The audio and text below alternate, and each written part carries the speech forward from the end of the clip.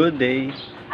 Actually, it's Wednesday, May 31, 2023 at exactly 2:20 p.m.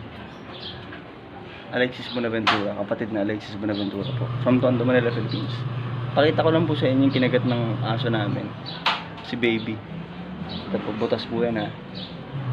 Inuno ko lang po, hinugasan ko lang sa intent na para yung ano po, kasi ang dami sobrang dugo. Kasi hinawakan ko po yung aso namin habang natutulog na limpungatan. Dahil nakipag-away po kanina, kinagat siya eh. Nasaktan po siguro na limpungatan. Document ko lang po. Pakita ko lang po sa inyo para mawala po yung takot nyo sa rabies virus na imposible pong umiral. At yung mga nangingisay pong napapanood nyo sa mainstream medias, dahil po yan sa neurological damage sa utak dahil sa bakulam, anti-rabies bakulam. Pero imposible po nilang mapatunayan na galing po sa pets yun. Ayun po si Baby oh. Ang love no. Baby. Huwag po kayo matakot sa rabies virus oh. Video evidence po natin ito ah. Dapat tatahol na po ako. Pero malapit po sa utak, di po kayo. Yun po ang theory nila eh. Whitey, Gray. Ayan po si Baby ah. Baby. Video evidence lang po tungkol sa rabies virus. Tandaan po natin, yan po ah. Hindi ko nila kahit ano pa man kung betadine o ano man, hinugasan ko lang po kasi tulog ng dugo. Po, sakit. Nabigla eh. Dinimonize po talaga mga pets. Dinimonize, daan taon na pong dinimonize ang mga pets. Ang may utak din po niyan, Big Pharma, Medical Mafia, Drug Cartel.